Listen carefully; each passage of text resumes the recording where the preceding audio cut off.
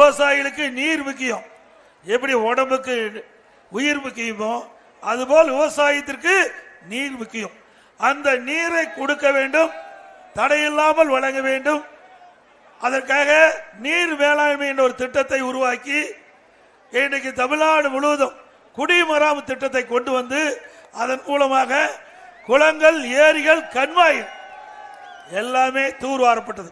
தூர்வாரப்பட்ட வண்டல் மண் விவசாயியுடைய விளைநிலங்களுக்கு அடிநுரமாக பயன்படுத்தணும். இதனால ஒரு பக்கம் விவசாயிகளுடைய பூமி நல்ல வளமா இருந்தது, நல்ல செழிப்பா பயிர்கள் வளர்ந்து விளைச்சல் அதிகமாக கொடுத்தது. இன்னொரு பக்கம் தூர்வாரதுனால ஏரி ஆழமாகி குளம் ஆழமாகி இன்றைக்கு குளங்கள் எல்லாம் நீர் நிரம்பி இருக்கின்ற காட்சி அதிமுக எடுத்த நடவடிக்கையின் காரணமாக. ஆக விவசாயிகளுக்கு பிரதானமாக இருப்பது நீர்.